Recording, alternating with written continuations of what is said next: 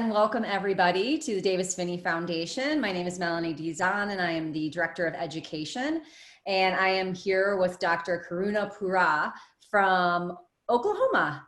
And he's going to talk to us today about Parkinson's, maybe kind of a Parkinson's 101, really great foundational content to help those of you who have been newly diagnosed or are really just getting into the education of Parkinson's and want to learn more about it. So Dr. K, can you tell us a little bit about who you are, what your clinic is like right now, where you're working, and how you got into this work with people with Parkinson's? Yes, well, thank you for having me, first off. This has been a long journey. I think I've been doing this almost, 20 odd years since I first graduated and started to practice as a physician. I got into neurology because one of my uncles had a very, very severe movement disorder, which back then, we're talking about in the 1960s and 1970s, there was no effective treatment for them. And I saw him all throughout childhood, being completely invalid, disabled, and, left in a room because there was not much other options. And we would just go in and visit him and pay our respects. It always struck me odd that why is it that we couldn't do much for him?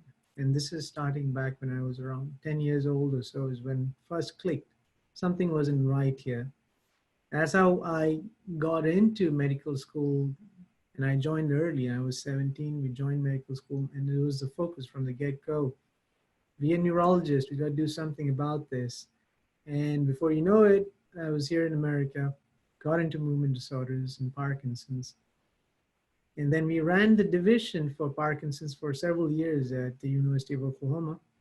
And very recently, we got a very, very healthy donation of several $1 million from one of our patients, the Minders family, which has helped us build this comprehensive Parkinson's Movement Disorder Center, the first of its kind for Oklahoma, whereby we have a multidisciplinary team which sees every patient every time they come in. And so it's not just me that sees the patient, it'll be a physical therapist, a speech therapist. Pretty much all three of us will evaluate them every single time, because almost the first and second reasons why patients get admitted to the hospital or even lead to death is falls, and number two, aspiration. They get pneumonias. So if we can have therapists evaluating patients from the very beginning, they can catch patients as they start to go slightly downhill, catch it then, and kickstart therapy then and there. This way we can push forward as far as we can these kind of complications in Parkinson's. And so I'm a director here, and we've just inaugurated it, and we should be getting started probably in December. No, that's exciting. I wish everybody had the access to a comprehensive care place like that. I mean, gosh, it's amazing. We're going to talk about that a little bit down the road about what can people do who don't have that kind of access. But so to kind of get started, how do people get Parkinson's? A lot of people come to us and say, my dad had it, or I was in an accident, or I've been feeling like I had it forever and I finally was diagnosed with it. How does it begin? Parkinson's starts very slowly in patients, and it's very unclear as to what kickstarts the process. We know the end result, that there is a peculiar kind of accumulation of a certain kind of protein called alpha-synuclein, which misfolds, and we call this Lewy bodies, and it's seen within the nerve cells, the dying nerve cells. So we know the end result. How it kickstarts is still not fully understood. There's several mechanisms at play, including inflammation, which gets kickstarted. Perhaps an infection kickstarts the process. There might be an immune process here. There might be oxidative stress, which means there is damage to the cells related to free radicals. There can be also even genetic causes to this, even environmental factors at play. Of which environmental factors, most of the time, patients come to us and say, hey, I was exposed to this or that. Do you think this could have been the culprit? We're not entirely clear on which all chemicals directly implicates into developing Parkinson's. However, some of the ones which do stand out include excessive amounts of exposure to pesticides or very strong herbicides, like Agent Orange has been implicated quite a bit. Petroleum industry, a lot of the petroleum distillates, especially high amounts for people working in oil wells, oil rigs, people working in the dry cleaning industry. If you are an airplane mechanic exposed to jet fuel fumes for years, these things have all been implicated in at least kickstarting the process of Parkinson's. Now, in terms of genetics, again, as you just pointed out, I have an uncle or I have a cousin who developed Parkinson's. Do you think this is genetic because I have it as well? Remember, Parkinson's is second only to Alzheimer's as being the most common aging disorder of the brain. So right after Alzheimer's, it's Parkinson's. So it's terribly common, just like how we have one or two family members always within our extended family who has Alzheimer's. It's the same way with Parkinson's too. So it's not terribly genetic. If you rounded up all Parkinson's patients together, probably less than maybe 7 to 8% as a true genetic cause. But we are also understanding a little bit more about genetics in the sense that not every genetic mutation needs to cause Parkinson's, but it can be that this genetic mutation makes you more susceptible. So we call it susceptibility genes, that having this mutation makes you more susceptible to an environmental factor or a toxin compared to the other person who doesn't have the gene. Let's say both of them are exposed. The person having the susceptibility gene is more prone to starting to develop the damage which we see classically in Parkinson's. This is where we come, at least at this point, into Parkinson's, where we think it's mostly sporadic, just developing as an aging process with some element of exposure kickstarting the process, and rarely genetic. What about, it seems like there's, and I don't know if this is just more people are talking about Parkinson's or it is an actual change, but it seems like the population of young onset is growing. Is that true? Is it actually growing? And if it is, what might be the reason for that? I think it's increasing awareness, number one, that people are able to catch and recognize early symptoms, including the medical community. There's an increased awareness. Because many times what we catch in Parkinson's is very, very subtle symptoms, which are non-physical, which occurs for years. So Parkinson's will brew in your brain for years before it finally decides to manifest. And some of the earlier symptoms, like losing your sense of smell, starting to talk in your sleep, starting to develop constipation, and then perhaps mood disorders like depression. When you get a constellation of these kind of symptoms, you start to suspect that, is this person going down the road of Parkinson's? And so more and more physicians are aware of what we call premotor, meaning before the onset of physical symptoms, the premotor symptoms. And when they start to catch that, they're able to pick up and go, aha, maybe this person is going down this direction. I need to keep tabs on whether he's starting to shuffle. Is there a tremor starting to happen? That's the right time to send him to a neurologist. So I think early detection is more at play. Okay, great. So carbidopa, levodopa is the generally most popular medication that people, especially newly diagnosed people, start on to start managing their symptoms. What is it? What does it do? And are there downsides to taking it? I know a long time ago they used to think, oh, don't start on it yet. And that sort of changed. But what is the current state of carbidopa, levodopa, and what should people know? So to give a primer on what carbidopa, levodopa is, the circuitry in your brain, which is damaging in Parkinson's, is called the basal ganglia. And in a gist, think of the circuitry like a switch box. The switch box is coding for a lot of motor programs. And when your thinking part of the brain decides, I need to do something. Let's, for example, I'm going to reach out for this cup of water. Once the planning part of the brain decides this, it relays this information to the switch box. And the switch box does two things. One, switch on all the relevant programs needed to kickstart this motor program, to this activity. And simultaneously, number two, it switches off all the unwanted things which should not be happening while I reach for this glass of water. For example, I shouldn't be tremoring as I reach for this glass of water. I shouldn't be stiff, rigid, or postured as I reach for this. I shouldn't be having dancing, writhing-like movements as I'm reaching for this glass of water. So when this switchboard works well, you're quickly switching on all the relevant programs, switching off all the unwanted ones, and relaying that information back to the thinking part of the brain, which channels it down your spinal cord, nerve, muscle, and you act out your movement. This is very a simplistic view of looking at what that circuit operates like. Now, in Parkinson's, that very circuit is getting damaged. And when it gets damaged, you cannot switch on in a timely manner all the relevant motor programs. So what happens? You still do them, but in slow motion. You're deliberate. You're reaching for the glass slowly. You're touching and adjusting your glasses slowly. You have less facial expressions. Everything is slow. Simultaneously, you cannot switch off things in a timely manner. Therefore, a tremor starts many times. Your posture rigid. These are the kind of things which manifest. Now, the circuit which is getting damaged, the unique thing about it is that the nerves which are operating within the circuit requires a particular chemical to crosstalk or communicate called dopamine. And now the problem becomes the nerve shooting out dopamine and the nerve receiving dopamine, they're getting differentially damaged, meaning the fellow shooting out dopamine gets damaged first.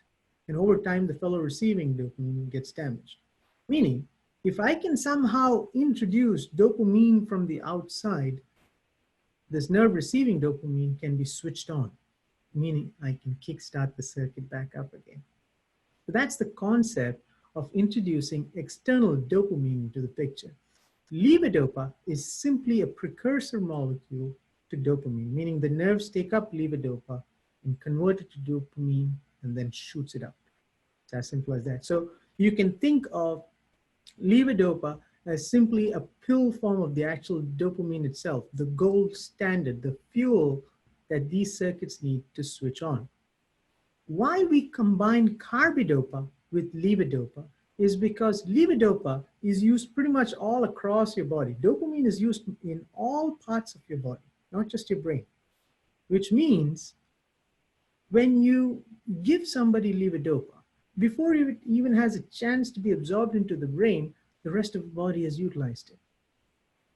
And so you would need a whole lot of levodopa just to get this stuff into your brain. And when levodopa is used elsewhere in the body, you get nausea, constipation, lightheadedness, all kinds of side effects. So to limit that, you add a medicine which blocks the uptake of levodopa in other body parts and lets it all channel into the brain. That there is carbidopa. So adding carbidopa with levodopa lets most of that levodopa get shunted into your brain, and this way you don't have to take that much of levodopa. So this is the concept, which is why also that medicine, it used to be called Sinemet, was the old trade name for it, because levodopa by itself caused a lot of nausea when we were giving it by itself. And when you added carbidopa, sin, meaning no, emet. Emet means emesis or vomiting. So no vomiting or no nausea was what that medicine referenced. So we have carbidopa, levodopa, the gold standard, which we introduce into the brain to kickstart that circuit back up again.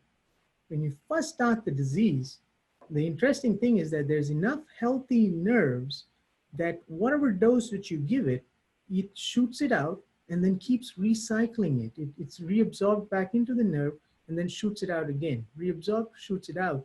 So what happens is you have a very smooth effect. Even though the medicine you took first thing in the morning has fizzled out from your body, your kidneys have peed it out, what's absorbed into the brain is recycled. So you switch on and improving your symptoms and stay like that throughout the day. The downside is, as you progress through the disease, these nerves get more and more damaged. The more damaged they are, the more poor they become in recycling this dopamine and shooting out again, repackaging, shooting out, repackaging, shooting out. That becomes more erratic. Basically, you're saying the medicine gets leaked out more easily. The nerves take it up, shoot it out, and then it can't hold on to it, and so it leaks out. The nerves literally become more leaky. What happens because of that? The effect of the medicine doesn't last all day. It lasts a couple of hours, and then it fizzles off. After a couple more years, it lasts even shorter and then fizzles off. Like that, like that, like that. It gets shorter and shorter and shorter. That there is the downside of levodopa. And the reason for this yo-yoing, where you switch on and then wear off, switch on and then wear off, is because your nerves are deteriorating, not because you took the levodopa any earlier or later. It's simply how damaged your circuits are, which ends up showing how you manifest with levodopa. Do you get a whole day response, or do you get shorter responses? It's basically how damaged the circuit is in your brain. So if a person was, let's say, underdiagnosed for years, nobody caught the Parkinson's, and finally decided to, take the medicine because he was just recently diagnosed after years of not being diagnosed. So meaning he's had Parkinson's for several years. His circuit has become very clunky in that process. And finally, when he decides to take the levodopa, he will have an erratic response from the get-go because his circuit can only do that. Whereas the other person who, the minute he had a little bit of a resting tremor, he was diagnosed and he was given levodopa, he will have a great smooth response till he's gone several years into his disease and he fizzles out and he starts to have an erratic response. So it's simply disease progression, which results in the up and down yo-yoing of levodopa. Okay, that's great. So we have a lot of new drugs on the market right now trying to help with this on-off situation. More people experiencing more off times, more unpredictable off or delayed on, and all of those different things. What is happening with the on-off? And maybe you could share the analogy that you shared earlier. Sure. So what happens with levodopa, as we talked about, the nerves get leaky and they can't hold on to this dopamine, whatever the levodopa has made for the nerve. It doesn't stay for very long and gets leaky. And so there are other ways to stimulate that nerve, which is still able to receive dopamine. There are other ways to do it. For example, there are mimicker molecules which look and feel like dopamine, and they go and connect to those same spots on the nerves where dopamine would have gone and connected. And these are what we call dopamine agonists. And so they behave and operate like dopamine, just not as efficiently, but they latch on for longer periods. And so think of it kind of like if levodopa, the gold standard, was the fuel for these nerves.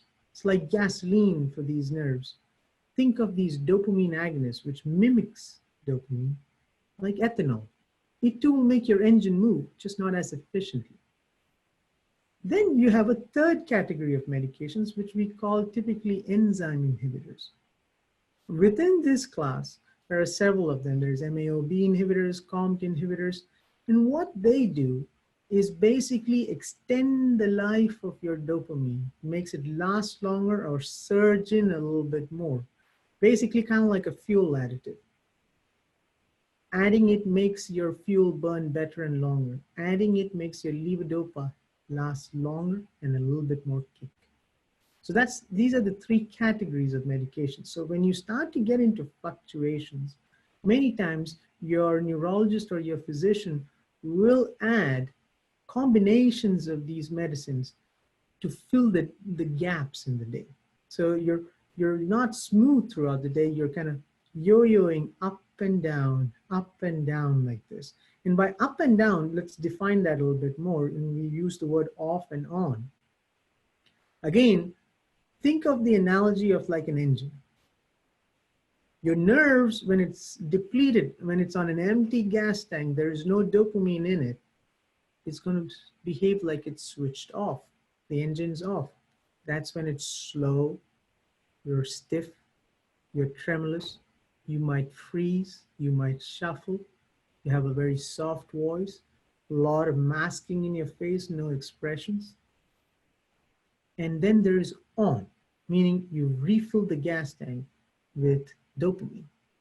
You're kickstarting the engine back up again.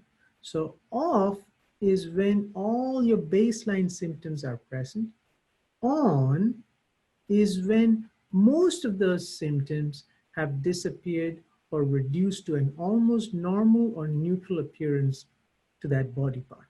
Your arm is able to swing again, you're able to walk with longer strides again, the tremor may disappear entirely, you have more expressions, more volume.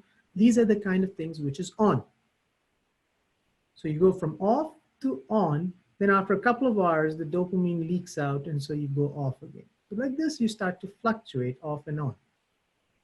The most classic way in which you go off and on is something called wearing off. This is a very predictable kind of off, whereby when you first start the disease, like 4 or 5 years into the disease is when you typically get this, you start to see you last for a couple of hours, you're switched on, and then gradually start to fizzle off. Maybe let's say 6 hours. Then it becomes 5.5, then it becomes 4. This gradual fizzling off, very predictable with every dose, is called wearing off. Then, as you progress through the disease, you start to get unpredictable offs. Unpredictable offs come in many flavors.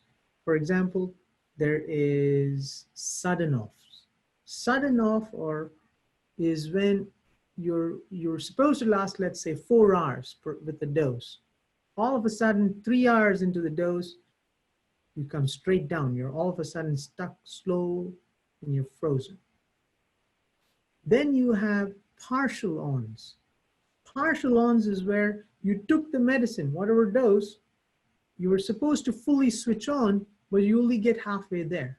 Usually all your tremor goes away and your arm starts swinging, but this time around, tremor is still kind of there. It's not fully gone.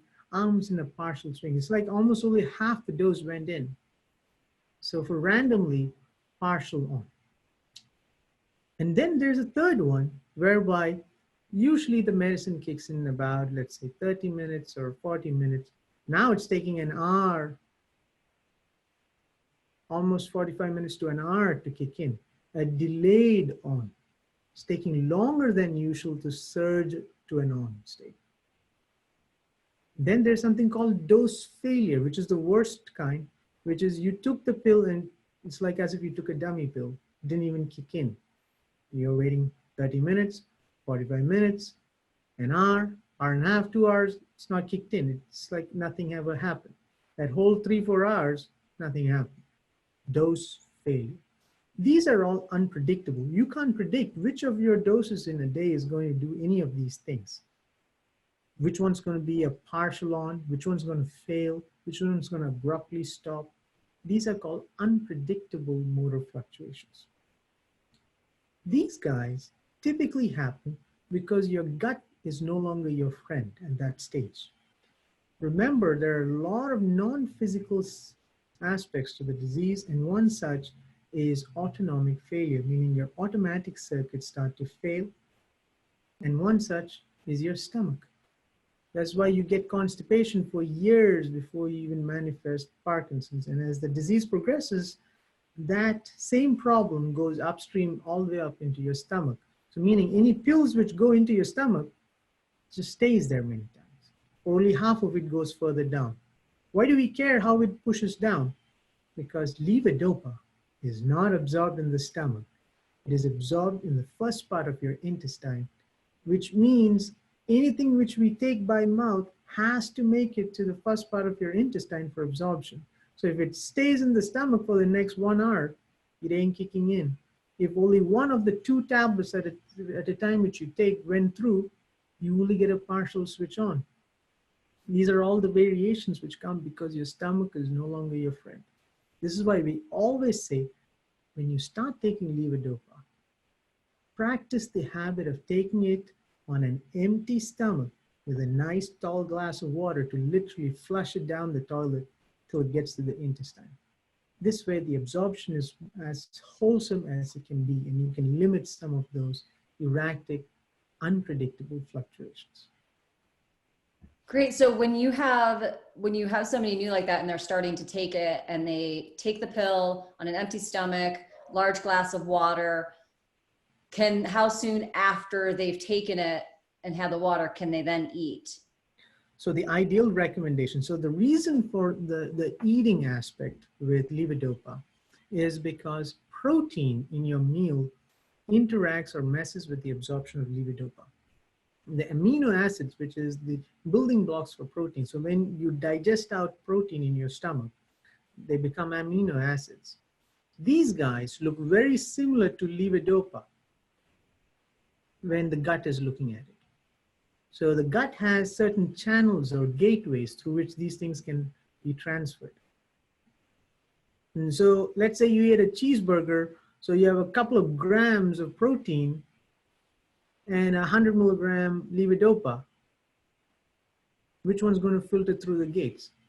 That's the problem. So is that they're all going to flood through the gates, and the levodopa has very little chance for absorption. So you get very erratic absorption each time you take food along with your levodopa, especially proteinaceous food.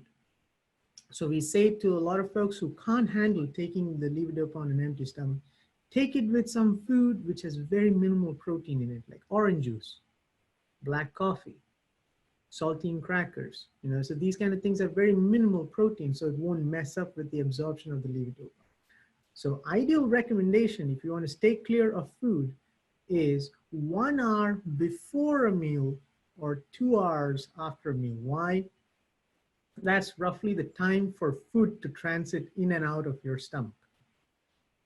So if you're going to take the pills first, you have to give the pills at least 1 hour to get out of your stomach into your intestine before you follow it through with food.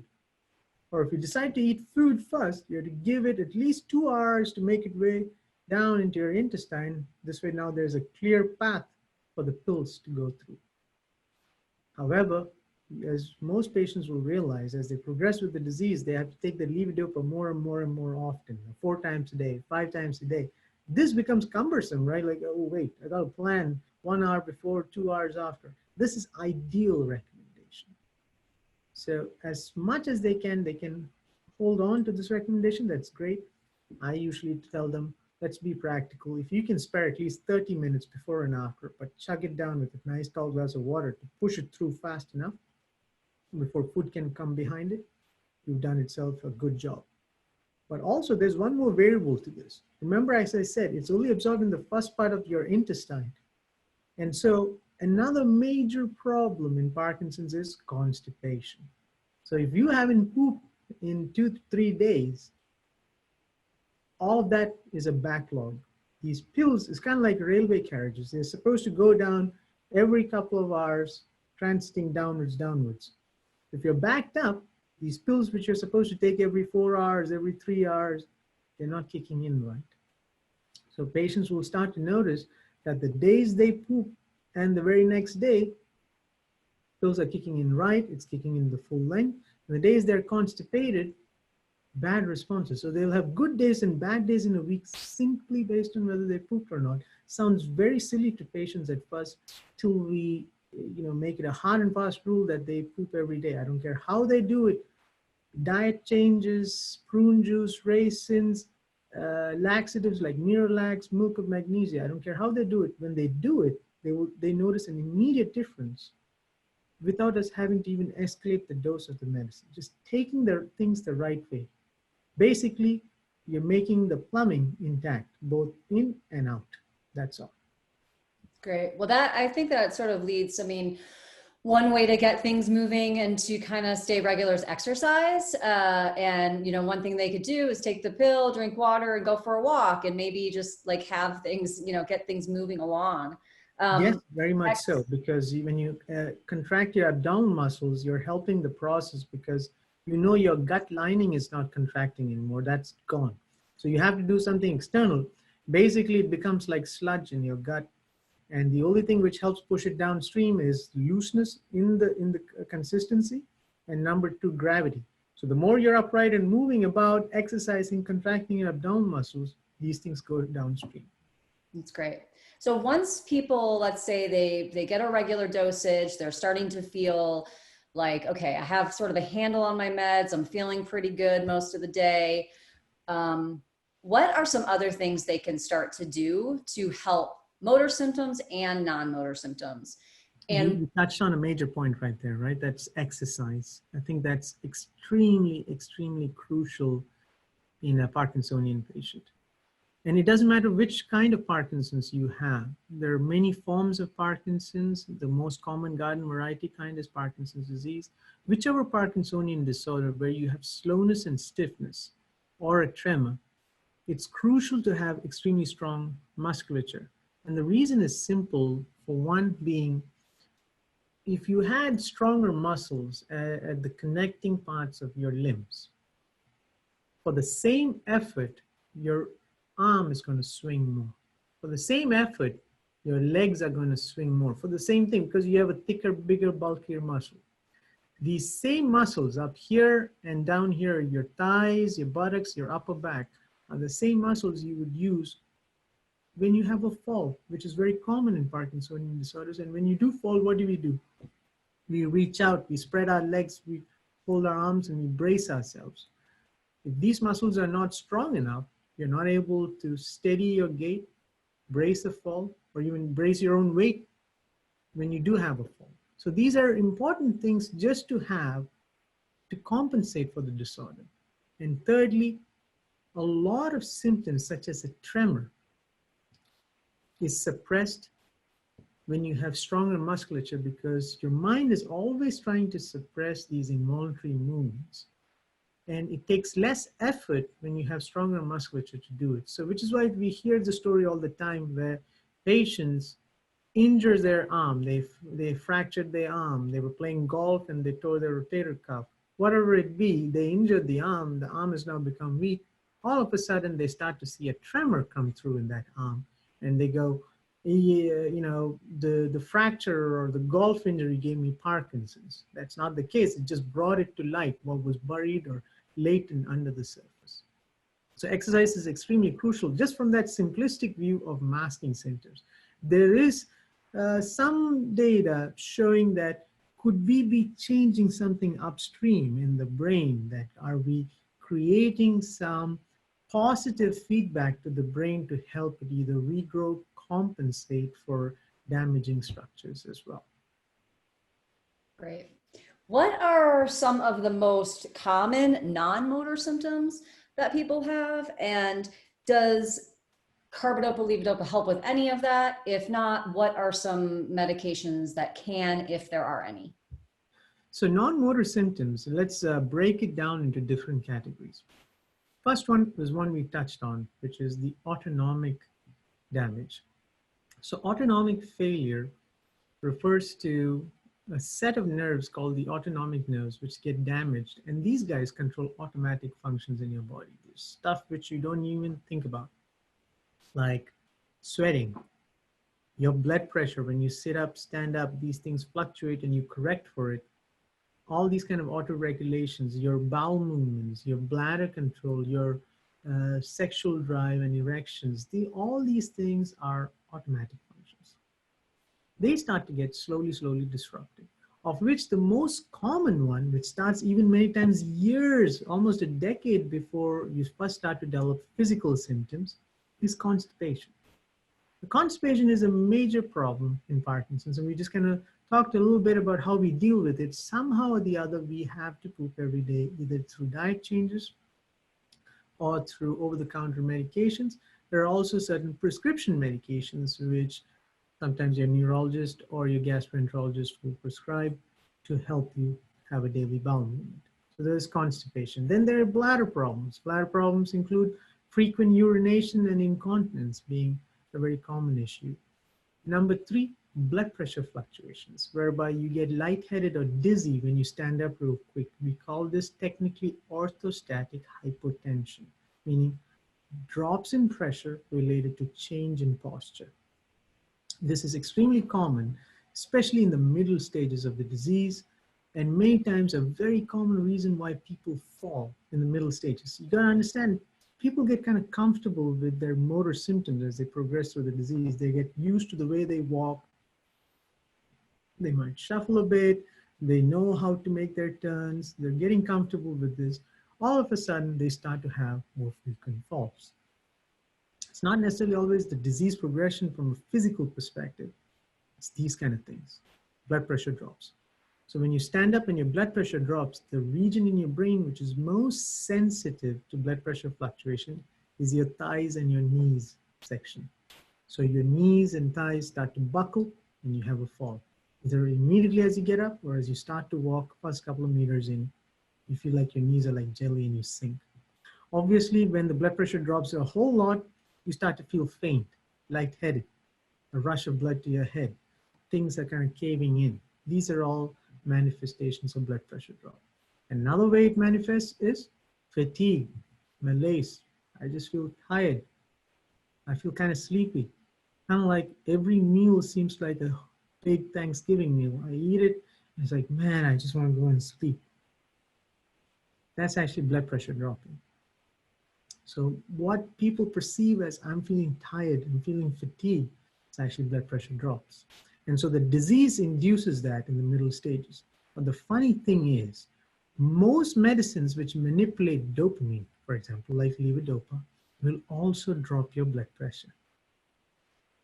And so it's very crucial to know when you're dealing with fatigue and tiredness because you're underdosed with dopamine, or is it from blood pressure issues? Because if it's from drops in blood pressure, and when the patient calls in going, hey, I'm getting kind of slow and fatigued by mid-afternoon after lunch. Oh, go up on your levodopa. You're adding to the problem because more levodopa means even more drops. And then you start to feel even more bad. So it's crucial for patients to understand that concept many times, that sometimes adding more dopamine causes more problems. Then switching gears, we move on to the next one, which is sleep. Remember, all these circuits are so adjacent and close to the Parkinsonian circuit that, so these are some of the first things which start to get damaged. In sleep, you have something called REM behavior disorder, which is where you act out your dreams. You mumble, moan, move, you do things in your sleep. You start to have vivid dreams or nightmares.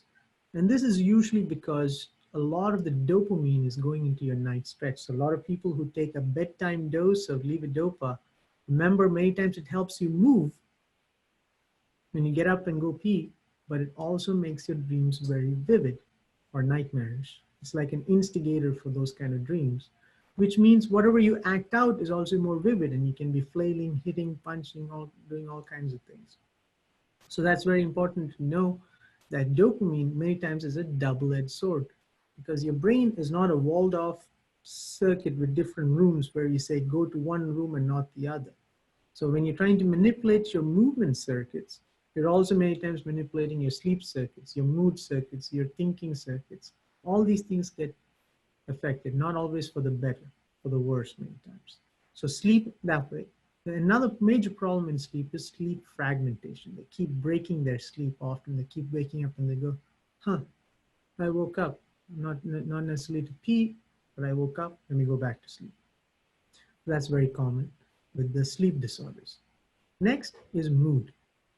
You can get depressed, anxious, or a bit of both. Some people develop a unique form of anxiety whereby as the levodopa wears off, they start to get anxious. We call it wearing off anxiety. A lot of symptoms appear in this manner when you start to wear off. We call it non-motor wearing off as a general rule. Most common pattern is anxiety. Some people have sweating. Some people start to drool. There's all kinds of features. They get flushed. There's different things. Pain comes about for some people. These are all variations of wearing off, which is in a non-physical wearing off. So after mood comes thinking. Within thinking, some of the earliest symptoms which you find with thinking is you search for your words. The words are at the tip of your tongue. You know what you want to say, but it's It's almost there. That happens early in the disease. And many times actually corrects with dopamine. A lot of people notice that when they take a nice dose of dopamine, that clears up. As you progress through the disease, you start to get more issues with attention and concentration. So it's kind of like you walk into a room and you forget why you went in there.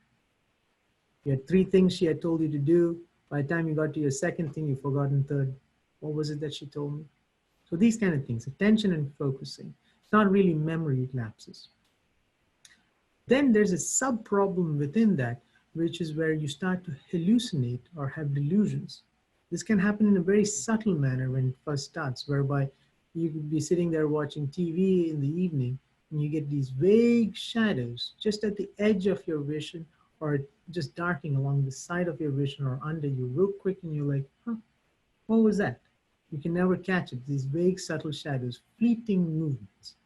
The earliest form of hallucination. Not everybody starts off with, boom, I'm seeing something which is not supposed to be there. That's never how it starts. So when we usually ask for hallucinations, your provider asks for hallucinations, this is how they screen and ask for it. Finally, speech and swallowing. Your voice starts to get softer because just like how you don't swing your arms when you walk, your vocal cords and your throat muscles don't swing when you talk. When you don't swing when you talk, your voice projection is poor.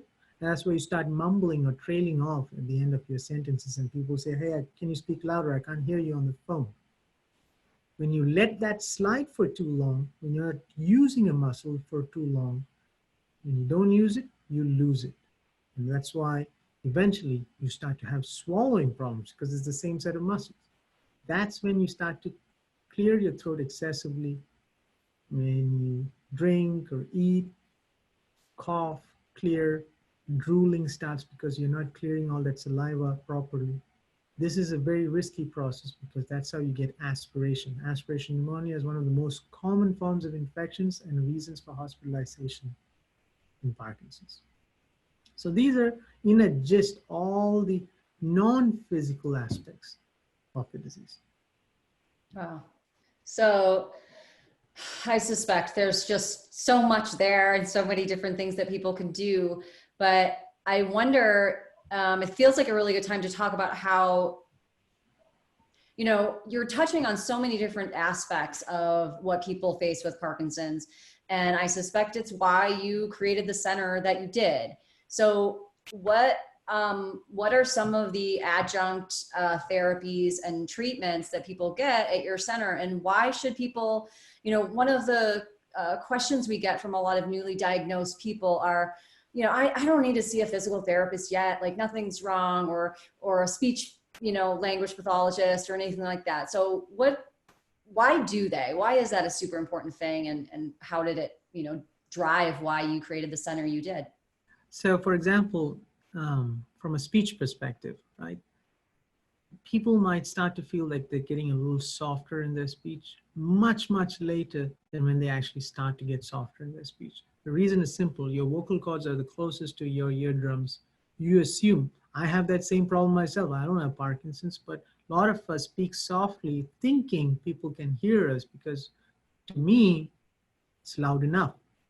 Same issue happens in Parkinson's. So they're under the notion that their voice is good.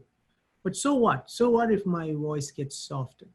The problem is that what a lot of patients don't realize till we tell them is that downstream, when you don't use those muscles long enough, they become paper thin. When they get paper thin, there is no going back. It's like it's a slippery slope. Once you get there, there's no reverting back. It takes a long time to revert back, which is why we say proactive management to some of these things will prevent the downslide.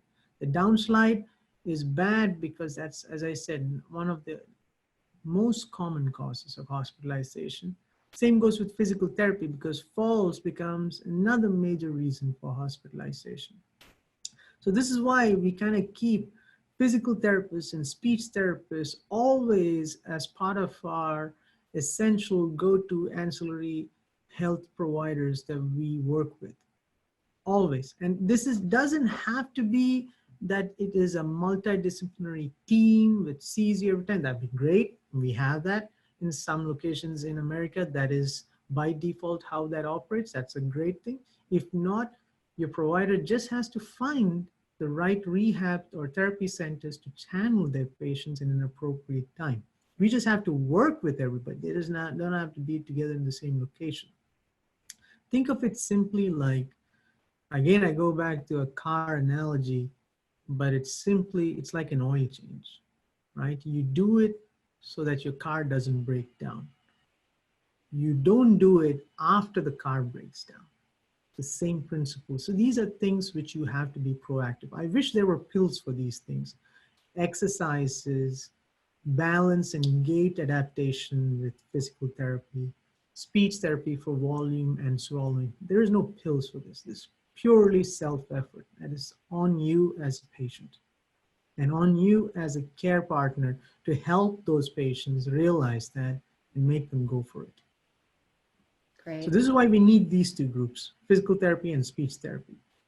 Beyond that, there are a couple of other providers which we use very often. One is psychologists or psychiatrists. Why? Mood disorders are terribly common. Almost 60% of Parkinson's patients will have a mood disorder. We alluded to some of them: depression, anxiety, all these variations. Many times, not all these things require a pill, meaning a psychiatrist doesn't have to get involved. Psychologists can easily correct a lot of these issues. So psychologists and psychiatrists are very useful. Neuropsychologist, who's a subspecialist in psychology who handles thinking issues, we use them a lot when we decide if you're a good candidate for DBS, deep brain stimulation, because we need to know if your cognition or thinking is intact before we put a pacemaker in your brain.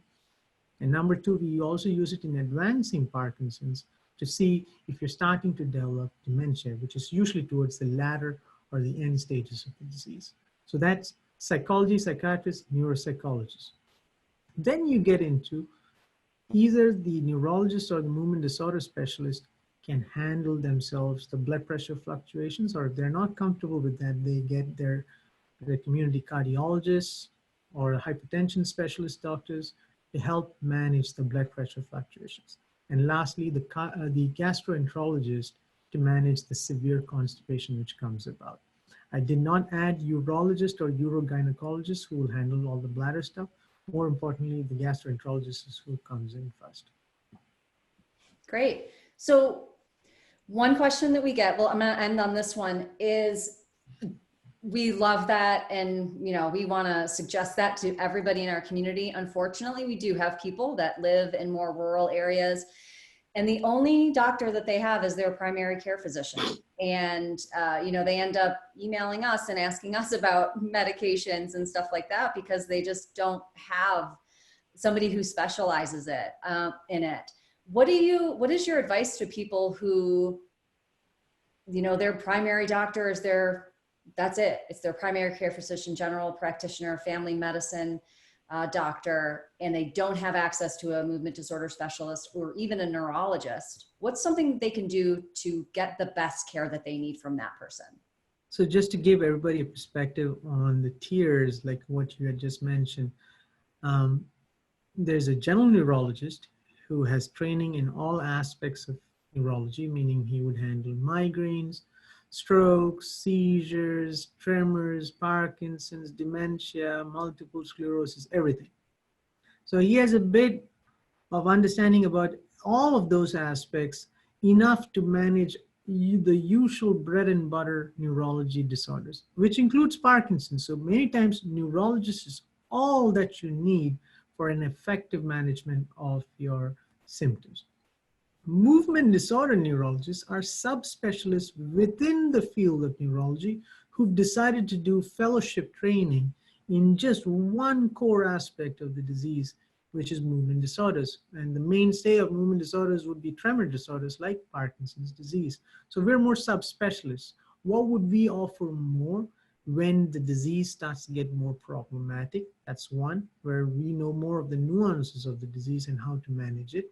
Number two, offer more advanced options like deep brain stimulation, levodopa pumps, injections like botulinum or Botox injections for different disorders like drooling or neck stiffness or arm stiffness, we can do these kind of more advanced options. So usually in a full-fledged large city, there's going to be several groups of neurologists who manage Parkinson's patients, who funnel patients to the Parkinson specialist or movement disorder specialist, who helps in a tag team approach work with them. Probably the movement disorder neurologist will see him once a year or twice a year, whereas, and the general neurologist will work with them in tandem, kind of follow through on all the things which the movement disorder neurologist has suggested. So this is the usual pattern. Then you have smaller cities or communities where all you have is a general neurologist. Again, here, the general neurologist can manage quite well most of the aspects of Parkinson's. And what helps many times is the fact that if a patient is educated about his disease, about what to ask, about the newer therapies, which easily, a lot of these major support groups and websites have that information. They can easily ask their general neurologist, hey, what about this drug? What about this new drug? I heard that this can be used for this. The more educated you are and you present this information to your neurologist, they're able to kind of help you decide. Even if they're not fully familiar about it, they take the time to learn and say, let's try this medication. So that's one approach. Now, take that same thing to the next level, which is rural settings or settings where there's minimal access to neurologists. And all you have is that good community internist or family practitioner.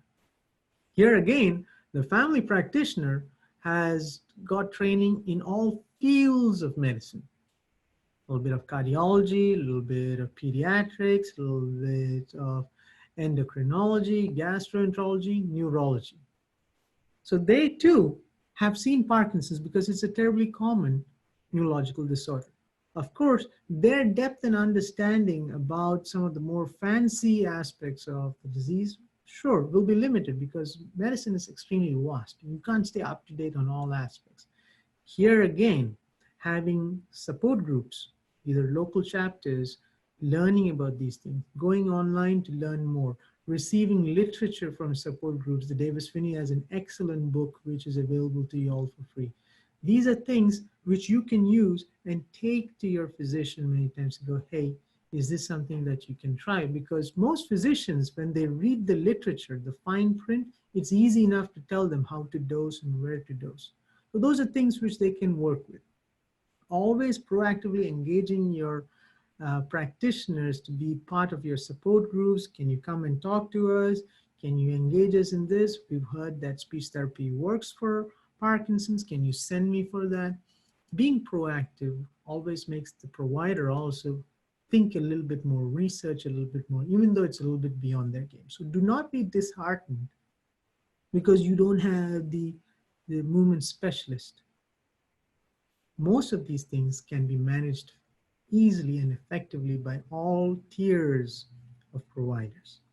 All you need is the core elements of, do you have an exercise center close to you? Do you have a rehab center close to you where you can get PT or speech therapy? Doesn't have to be terribly often, at least once a year going and getting evaluated.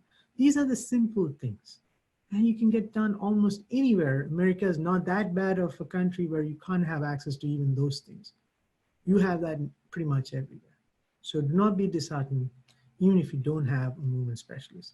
Some people I have patients, they come from New Mexico, Arkansas, Kansas, Colorado, Texas, into our center in Oklahoma, just because it's easier access-wise, perhaps at least once a year to drive the 3 or 4 hours and make it. Perhaps that's all you need, is that one-time visit once a year, and the rest of the time your internist can co-manage with all the suggestions made by the subspecialist. So there are various ways in which we can work together. That was great. Well, I'm so grateful for your time today, Dr. K. This is going to be so helpful for people who are newly diagnosed. So many in our community are asking these exact questions, so I can't wait to share it with them. And I hope that we get to have you at one of our live events soon, because you have just so much to offer, and I really, really appreciate it. Always a pleasure. Thank you so much. Thank you.